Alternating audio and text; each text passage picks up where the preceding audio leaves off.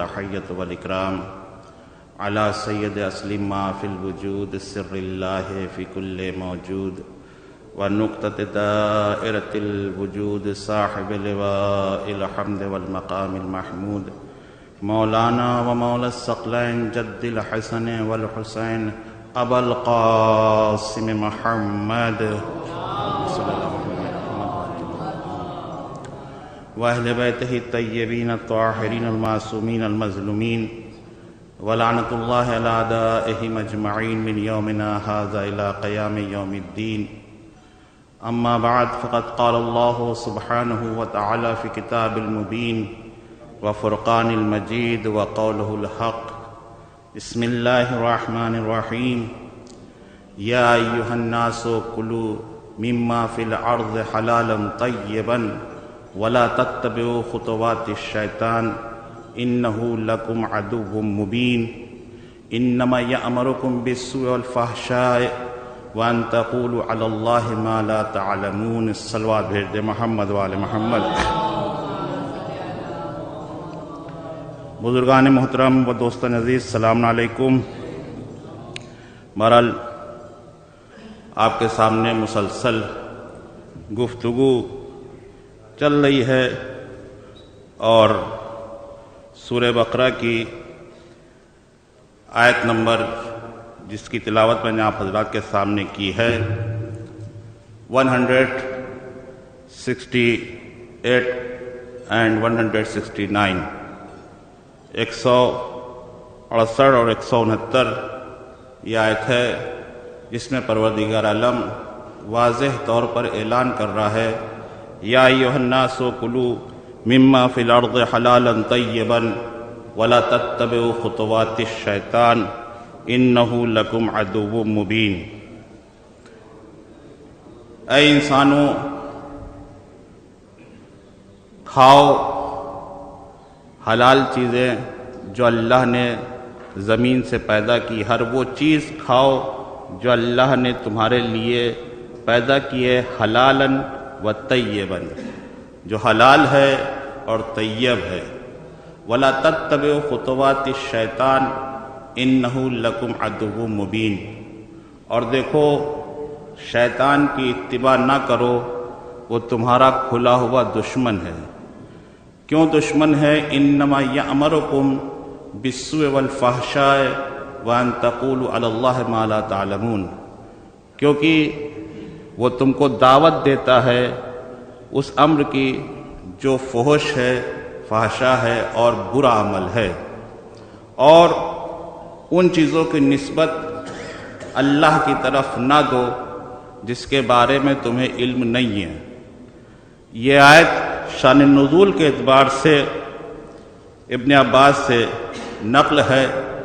میں آپ کے سامنے تھوڑا سا تفسیر کے حوالے سے پیش کرنا چاہتا ہوں کہ اس وقت بعض قبیلوں میں مثلاً بنی ثقیف اور بنی خزاعہ زرعی اجناس کو جو ہے اور جانوروں کو بغیر دلیل کے اپنے اوپر حرام قرار دے دیا تھا، جس کے لیے یہ آیت نازل ہوئی کہ تم بغیر دلیل کے کیسے اپنے اوپر کوئی شے کو حرام قرار دے سکتے ہو.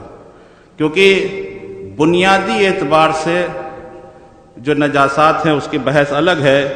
بنیادی اعتبار سے اللہ نے ہر چیز کو پاک پیدا کیا ہے، ہر چیز کو تمہارے لیے پیدا کیا ہے، اور بغیر دلیل کے، بغیر کسی اس کے کہ کوئی اس کی وضاحت نہیں، کوئی دلیل نہیں، اور تم نے اس کو اپنے پر حرام قرار دے دیا. اور یہی نہیں، یہاں تک کہ اللہ کی طرف نسبت دے دی کہ یہ اللہ کا حکم ہے، یہ اللہ کی طرف سے ہمارے اوپر حرام ہے. تو لہذا ایک عجیب جملہ ہے کہ کھانے پینے کو منع نہیں کر رہا ہے، لیکن یہ بھی بتا رہا ہے کہ حلال بھی ہو اور طیب بھی ہو. زمانے کو دیکھتے ہوئے، آج کے حالات کو دیکھتے ہوئے یہ آیت واقعاً زمانے کو اس وقت بیدار کرتی ہے کہ تم بہت چیزیں دیکھ رہے ہو، بہت سے مسائل ایسے ہوتے ہیں کہ انسان کہتا ہے کہ بھائی یہ تو حلال ہے، یہ تو حلال ہے، یہ تو حلال ہے، لیکن یہ بھی دیکھو کہ طیب بھی ہے یا نہیں ہے. یعنی حلال کے ساتھ پاک و پاکیزہ ہونا بھی ضروری ہے. ایک صلوات بھیج دیں محمد والے محمد. لہذا قرآن تمام انسانوں کو، کیونکہ یہاں پر آیت جو ہے یا ایھا الناس کلو، تمام انسانوں کو حکم دے رہا ہے. بحث کسی قوم کی نہیں ہے، بحث کسی قبیلے کی نہیں ہے، بحث کسی مذہب کی نہیں. میں شروع سے پڑھتا چلا آ رہا ہوں آپ کے سامنے کہ مذہبی بحث ایک الگ چیز ہے کہ ٹھیک ہے وہ انسان نے نسبت دے کے مذہب کو تشکیل دے دیا، ورنہ مذہب کے عنوان سے کوئی چیز نہیں بلکہ انسانوں کے لیے قرآن اللہ نے بھیجا ہے، اور یہی سورس آف اسلام ہے ہمارے سامنے. ٹھیک ہے روایات حدیث ہیں لیکن وہ بھی وہی اس وقت قابل قبول ہیں جو قرآن کے مطابق ہیں. اگر نہیں ہے تو قابل قبول نہیں ہو سکتی ہے. میں کسی فرقے کے اوپر، کسی مذہب کے اوپر کوئی بات کہنا نہیں چاہتا ہوں کہ ٹھیک ہے آپ کی نظر میں ایک چیز حلال ہو سکتی ہے، لیکن اس کے اوپر یہ بھی غور کرنا پڑے گا کہیں ایسا تو نہیں ہے کہ یہ طیب بھی ہے یا نہیں. مثال دیتے چلوں آپ کے سامنے کہ بنیادی طور پر اللہ نے ہر چیز کو ہمارے لیے، اجناس کو، جانوروں کو حلال قرار دیا. وہ 10 چیزیں چھوڑ کے، جو نجاسات ان چیزوں کو چھوڑ کے، وہ تو ایک تکوینی قانون کو الگ ہے، لیکن تکوینی کو تشریع آہنگ ہونا چاہیے، لہذا اس کے مطابق ہونا چاہیے، تبھی وہ چیز قابل قبول ہو سکتی ہے. اگر دلیل نہیں ہے تو آپ کو کوئی حق ہی نہیں حاصل ہے کہ اس چیز کو نجس قرار دے سکتے اپنی مرضی سے آپ، بالکل نہیں، جب تک کہ دلیل آپ کے سامنے نہ ہو. بغیر دلیل کے کوئی چیز بیان ہی نہیں کرنا چاہیے. لہذا قرآن یہاں پر واضح طور پر اعلان کرا یا ایھا الناس کلوا مما فی الارض حلالا طیبا ولا تتبعوا خطوات الشیطان انہ لکم عدو مبین. اے انسانوں کھاؤ حلال اور طیب غذائیں تمہارے لیے میں نے پیدا کی ہیں، فائدہ حاصل کرو اس سے. اور یہی نہیں بلکہ اس کے اوپر والی آیت اگر آپ جائیں گے دیکھیں گے تو بڑے وضاحت سے اعلان کر رہا ہے، خلقت کے بارے میں پوری طریقے سے اعلان کر رہا ہے. اسی کے اوپر آیت ہے سب سے اوپر والی ان فی خلق السماوات والارض واختلاف اللیل والنہار والفلک التی تجری فی البحر بما ينفع الناس وما انزل اللہ من السماء من ماء فاحیا به الارض بعد موتها وبث فيها من كل دابة وتصريف الرياح والسحاب المسخر بين السماء والارض لآیات لقوم یعقلون. پوری کائنات کا نقشہ کھینچ رہا ہے کہ ذرا تم غور کرو، فکر کرو ان سب چیزوں کے اوپر کہ پہلے اس نے کس کا تذکرہ کیا؟ آسمان کا تذکرہ کیا کہ پہلے تم آسمان کے بارے میں تو آشنا ہو یا نہیں ہو، تم اس کے بارے میں تمہیں کچھ علم ہے کہ جہاں تم رہتے ہو کہ یہی دنیا سمجھ رہے ہو، بلکہ تمہاری دنیا سے بڑے بڑے سیارے ہیں. پہلے آج دیکھیں سائنس کہاں سے کہاں پہنچ گئی ہے کہ ان کہکشاؤں کو، ان ستاروں کو، ان سیاروں تک ابھی تم نہیں پہنچ پائے ہو اور اپنے خیالات پیش کر رہے ہو. لہذا پہلے آسمان کا تذکرہ کیا، پہلے ان چیزوں کو پہچانو. ایک نظام ہے، ایک نظام کے تحت، یعنی کہ اس کے ذریعے سے تم خدا تک پہنچ سکتے ہو. کیسے؟ یہی دلیل ہے اللہ کو پہچانو، یعنی دلیل دے رہا ہے، وہ اپنی توحید کی دلیل دے رہا ہے کہ ذرا آسمان کے اوپر غور کرو کہ یہ دیکھو یہ جو نظم و ضبط ہے. اس کے بعد پھر زمین کا تذکرہ کر رہا ہے کہ جہاں تم رہ رہے ہو اس کے اوپر بھی ذرا غور کرو. کس چیز کے؟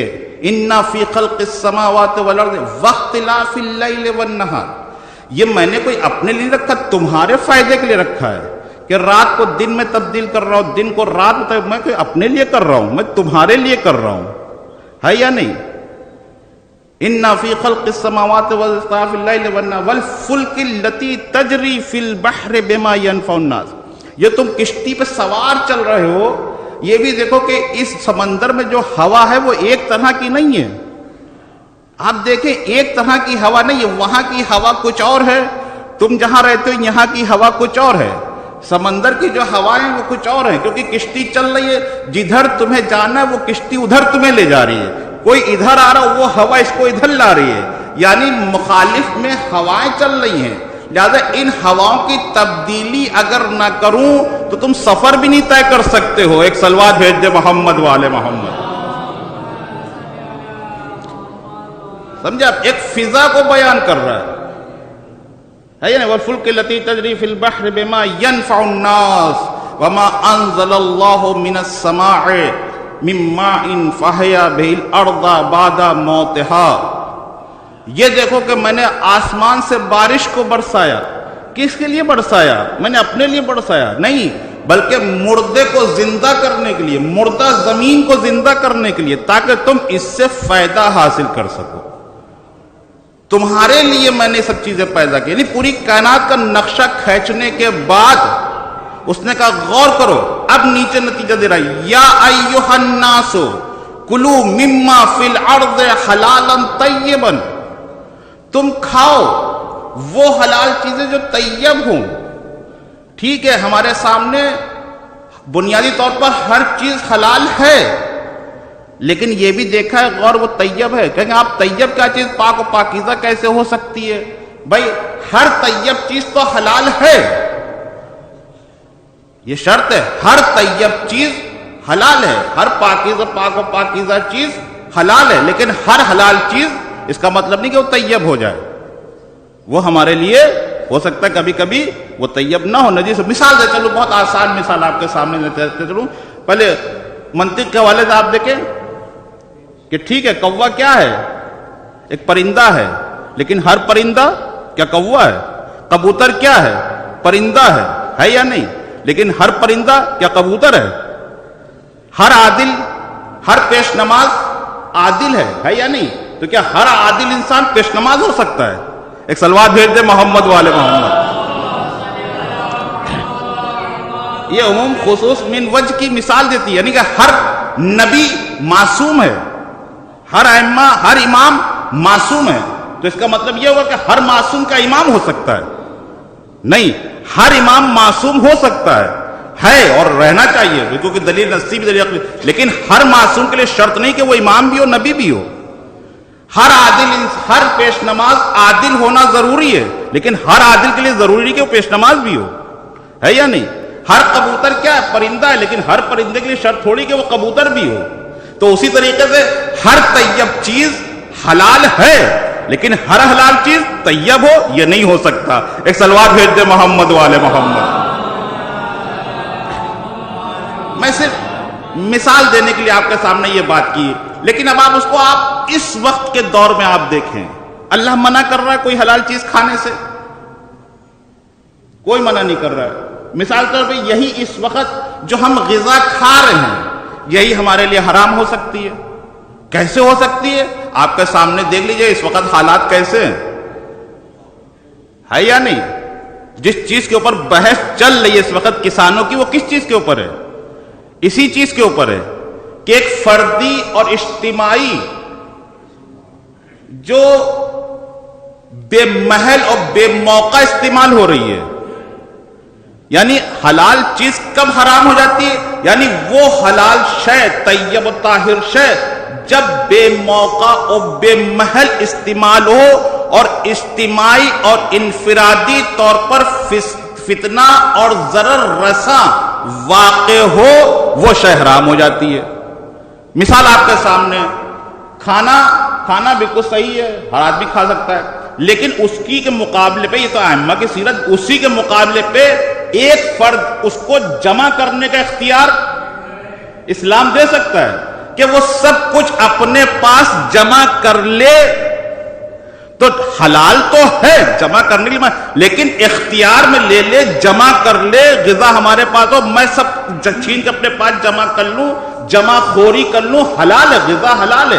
لیکن جب جمع خوری کر لی تو پھر یہ انفرادی اور اجتماعی طغیانی کا سبب بن سکتی ہے.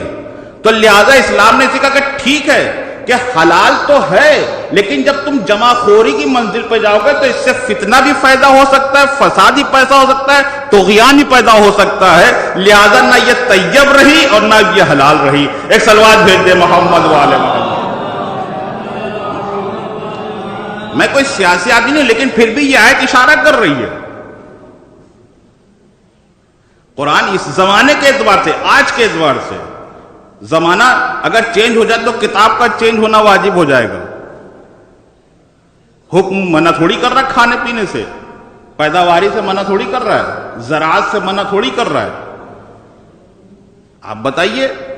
لیکن یہی چیز، یہی حلال چیز اگر آپ ذخیرہ کر لیں، اختیار میں لے لیں لوگوں سے، تو پھر کیا نتیجہ ہوگا اس کا؟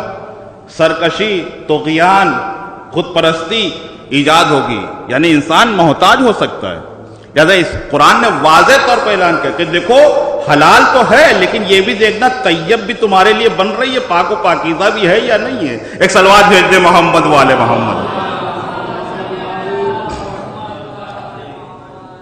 تو یعنی حلال، اب میں اس کو اور واضح طور پہ وہ کر دوں وضاحت کہ ہر وہ حلال چیز ناپاک ہو جاتی ہے جس کا بے موقع محل استعمال ہو۔ اگر موقع و محل پر استعمال ہے تو وہ طیب بھی ہے اور پاک بھی ہے، اگر بے موقع بے محل نہیں ہے تو وہ طیب نہیں ہوتی۔ ہو سکتا وہ حلال تھی لیکن اب وہ تمہارے لیے ناپاک ہوگی، صحیح نہیں، جائز نہیں ہے۔ ایک صلوات بھیج دے محمد والے محمد۔ آواز آ رہی نہیں ہے کیونکہ آواز گونج رہی، شاید میں سمجھا آواز نہیں آ رہی ہے۔ ایک اس سے بہتر صلوات بھیج دیں۔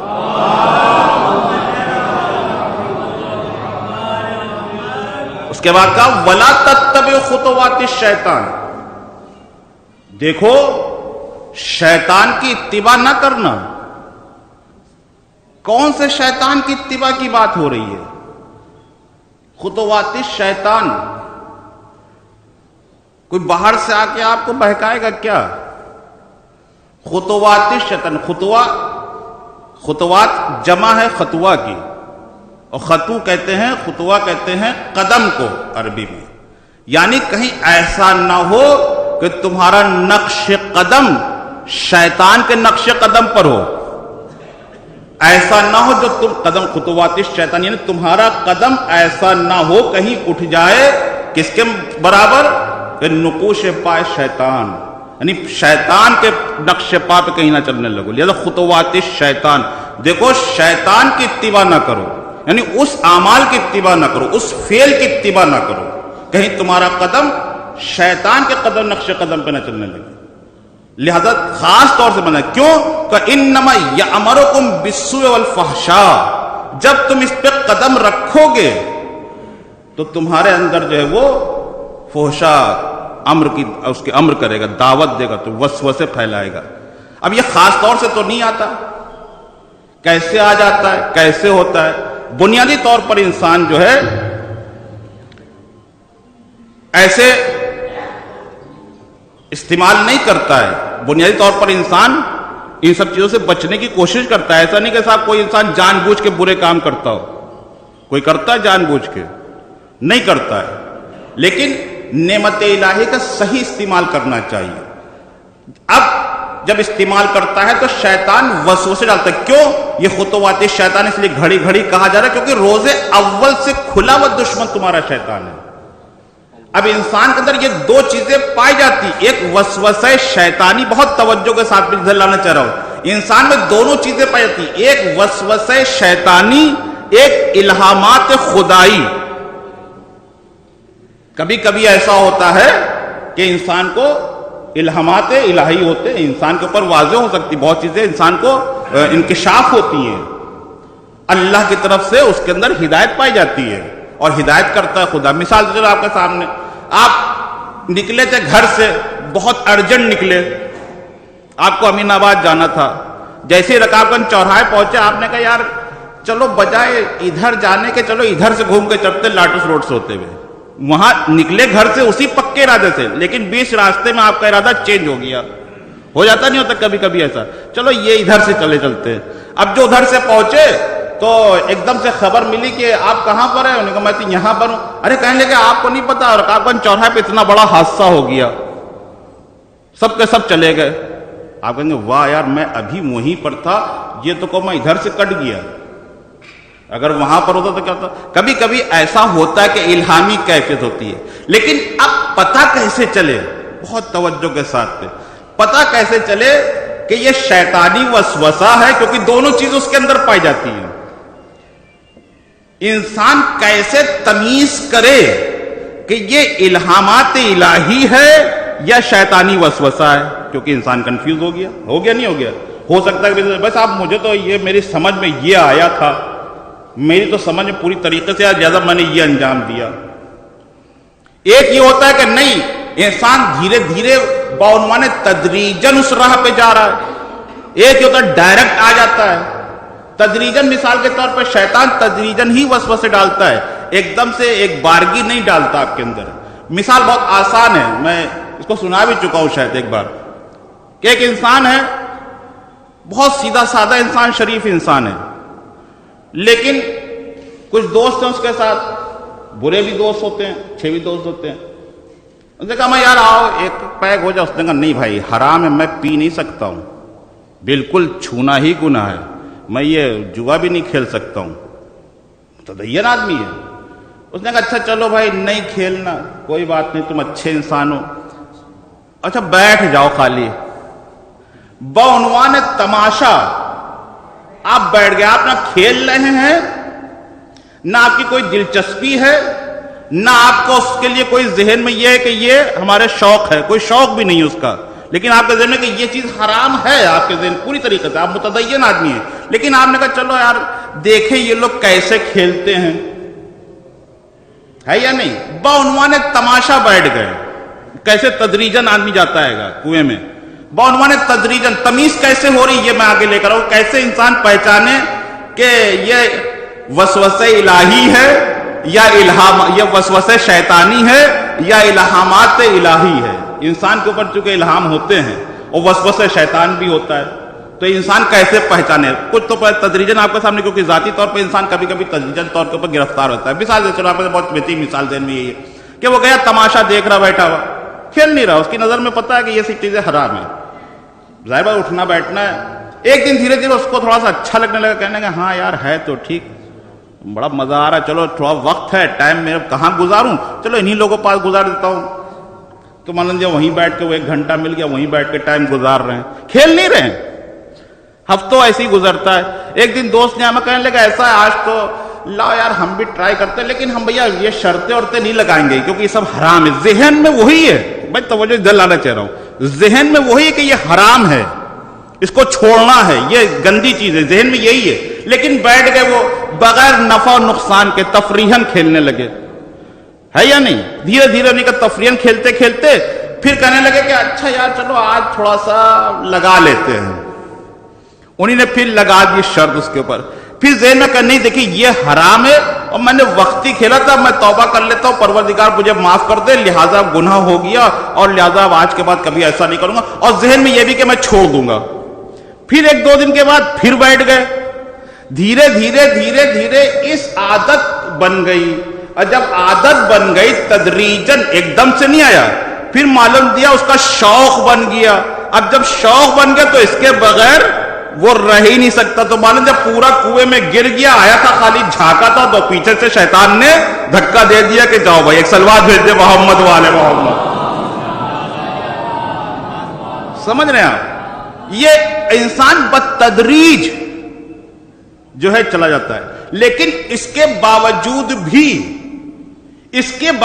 بھی انسان کے اندر یہ کیفیت پائی جاتی ہے کہ وہ لوٹتا ہے اللہ کی طرف، خدا کی بارگاہ کی طرف وہ لوٹتا ہے۔ کیوں لوٹتا ہے، کیسے لوٹتا ہے، میں آگے اس منزل کے اوپر کہ انسان میں یہ دونوں چیزیں پائی جاتی ہیں، ایک وسوسہ شیطانی اور ایک الہامات الہی۔ میں اس بہت سادہ لفظوں میں، وہ نفس امارہ اور نفس لوامہ اور نفس جو ہے خواہشہ، وہ سب علماء کی ایک الگ بحث ہے، میں اس کو سادے لفظوں میں آپ کے سامنے پیش کر رہا ہوں کہ انسان میں یہ دونوں چیزیں پائی جاتی ہے، جس کو کہتے ہیں نفس امارہ اور نفس لوامہ، لیکن میں اس کو اپنے لفظوں میں کہہ رہا ہوں کہ شیطان، وسوسہ شیطانی اور الہامات الہی، کہ انسان ارے بھائی بہت بڑا کمال ہو گیا، تو اللہ کی رحمت تھی، کرم تھی کہ میں بچ گیا، مجھے بچا لیا اللہ نے، ہوتا نہیں ہوتا ہے یہ الہامات الہی۔ کبھی کبھی ہوتا ہے میں کیا بتاؤں یار بہک گیا، ہے یا نہیں؟ ایک سلوات بھیج دے محمد والے محمد۔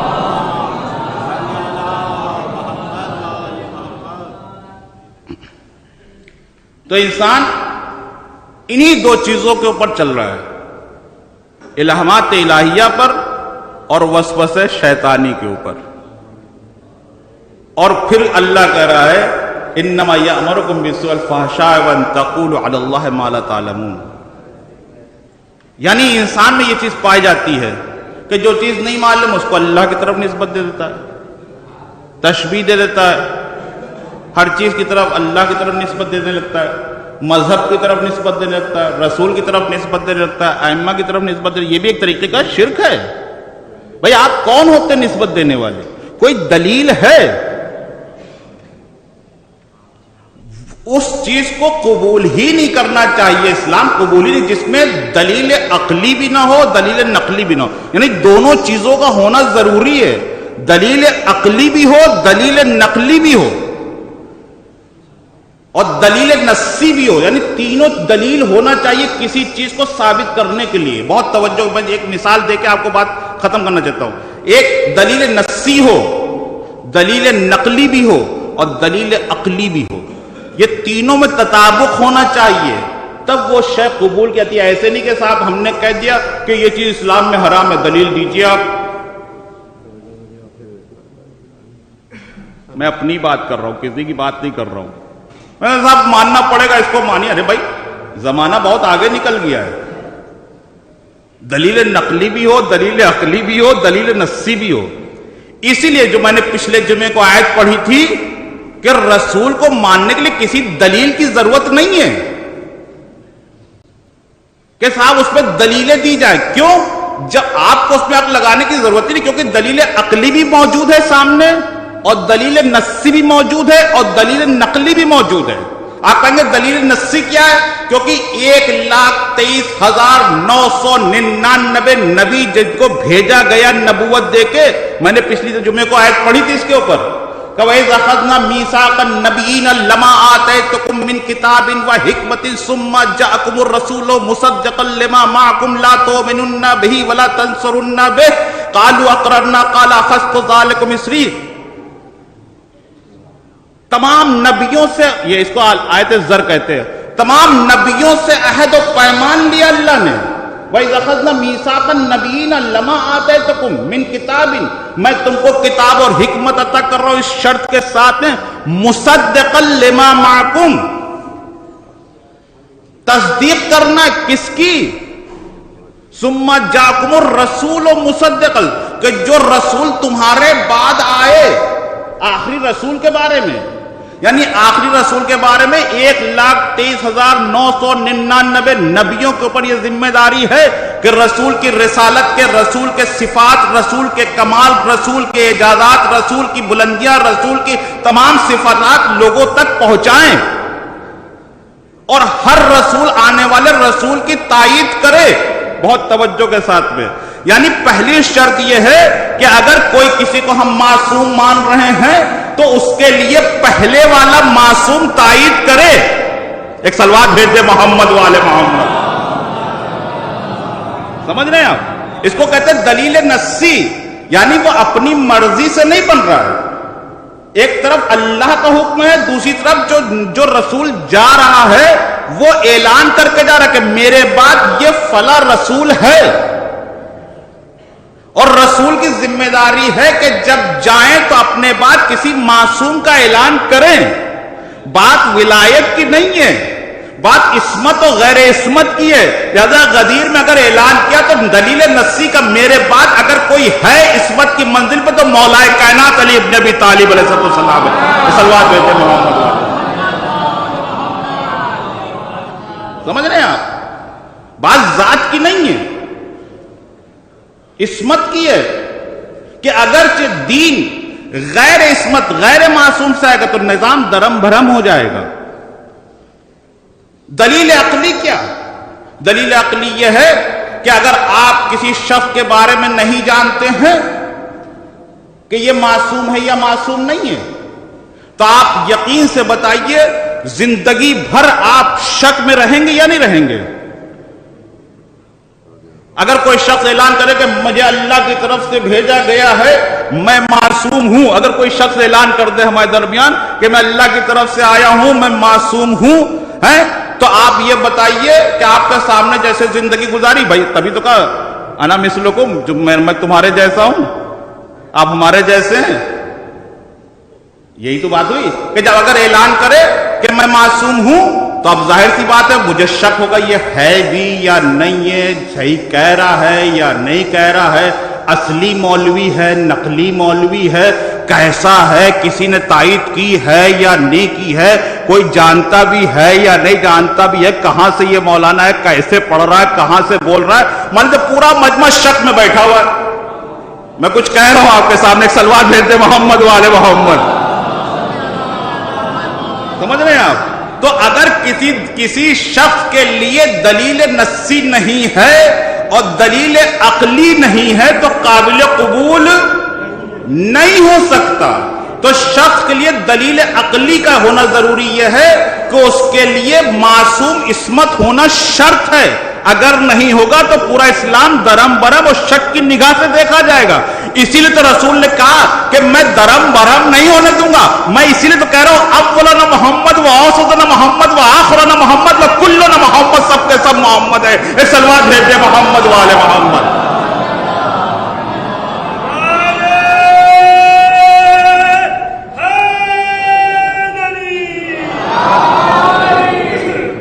یہ دلیل نصی کا ہونا ضروری ہے کسی چیز کے لیے، دلیل عقلی کا ہونا ضروری ہے، اور دلیل نقلی یعنی جو نقل کی جا رہی کتاب، اللہ کی بھیجی ہوئی کتاب، یعنی لکھت میں ہونا چاہیے۔ آ گیا میں اپنے جملوں کے اوپر۔ سرکار زبان پہ خالی نہیں چلتی ہے، کاغذ پہ چلتی ہے، لکھت میں ہے یا نہیں ہے۔ تو قرآن نے بھی واضح طور پر اعلان کیا، تمام رسولوں نے رسول کا اعلان کیا، اور جس رسول کا تمام رسولوں نے اعلان کیا اسی نے آگے والے کا ولایت کا بھی اعلان کیا۔ لہذا دلیل نصی بھی ہے، دلیل عقلی بھی ہے، دلیل نقلی بھی ہے۔ اگرچہ یہ شرائط پائے جاتے ہیں تب اس بات کو قبول کیا جاتا ہے بہت جرأت کے ساتھ میں۔ انما یأمرکم بالسوء والفحشاء وان تقولوا علی اللہ ما لا تعلمون۔ تمہیں شیطان امر کرے گا، وسوسے ڈالے گا۔ بس میں بات کو بہت 2 منٹ میں ختم کر رہا ہوں۔ انسان کیسے پہچانے کہ یہ وسوسے شیطانی ہے کہ یہ الہامات الہی ہے؟ کیونکہ آپ کہیں گے صاحب وہ بات رہ گئی میرے ذہن میں آ گئی، ایسا نہیں نکلے گی۔ نہیں، یہ وسوسے شیطانی ہے یا الہامات الہی ہے؟ بہترین تمیز یہ ہے کہ اگر فطرت کے مطابق انجام دے رہا ہے اور اس پہ نشاط اور خوشی کا اظہار کر رہا ہے لوگوں کے سامنے، سمجھ لیجئے الہامات الہی ہے۔ اور اگر اس فعل کو انجام دینے کے بعد اگر ندامت اور گھٹن محسوس ہو تو سمجھ لیجئے وسوسہ شیطانی ہے۔ ایک سلوات بھیج دے محمد والے محمد کو۔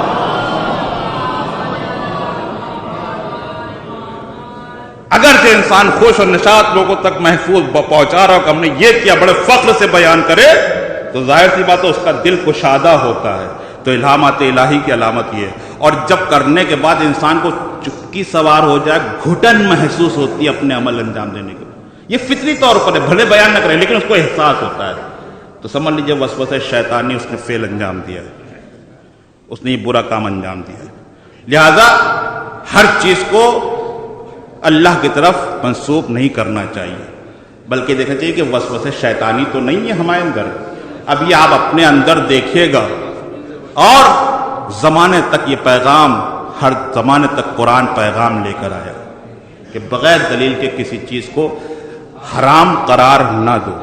مثال تو چلو میں نے کہا حلال چیز کو بے محل استعمال کرنے کا نام طیب سے خارج ہوتا ہے۔ مثال یہ کیمرہ لگا ہے ہمارے ساتھ، حسینی چینل ہے، بہترین خدمات دین انجام دے رہا ہے، لوگوں کو مدد کرنا چاہیے، مخالف بھی ہو جاتے ہیں لوگ 2 منٹ کے اندر۔ یہ دیکھیے محل پہ استعمال ہو رہا ہے یا بے محل استعمال ہو رہا ہے؟ میں جدھر لے آیا آپ کو سامنے۔ اگر یہ بے محل استعمال ہو کہ حسینی نام تو ہو لیکن کام شیطان والے اگر کر رہا ہو تو ظاہر سی بات ہے ہر انسان کو اس سے دور رہنا چاہیے۔ لیکن اگر یہ دین کی خدمت کر رہا ہو، دین کی خدمت کے لیے حسینی چینل ہو، تو ظاہر بات ہے ہر حسینی کے اوپر واجب ہے کہ اس کی تعاون کرے، مدد کرے، اس کے ایز اے ڈیفینڈر اس کی دفاع کرے اور اس کی پوری طریقے سے ہیلپ اور مدد کرے اچھی طریقے سے۔ بس میں آپ کے سامنے انہی جملوں کے ساتھ ربنا تقبل منا انک انت السمیع العلیم، پروردگار اس مختصر سے عمل کو قبول فرما، واسطہ محمد کا واسطہ جو قرضدان کا قرض ادا فرما، جو بیمار ان کو شفا کاملہ عطا فرما، جو بے روزگار ہے پروردگار ان کو روزی عطا فرما، جو روزگار کر رہے ہیں پروردگار ان کے روزگار میں ترقی عطا فرما، جہاں جہاں بھی مومنین حضرات ان کے جان و مال کی حفاظت فرما، مقامات مقدسہ کی حفاظت فرما، علماء حق کا سایہ ہم سب پر قائم دائم رہے، امام زمانہ کے ظہور میں تعجیل فرما، ہم سب کو ان کے انصار میں شمار فرما۔ ربنا تقبل منا انک انت السمیع العلیم ورحمۃ اللہ وبرکاتہ۔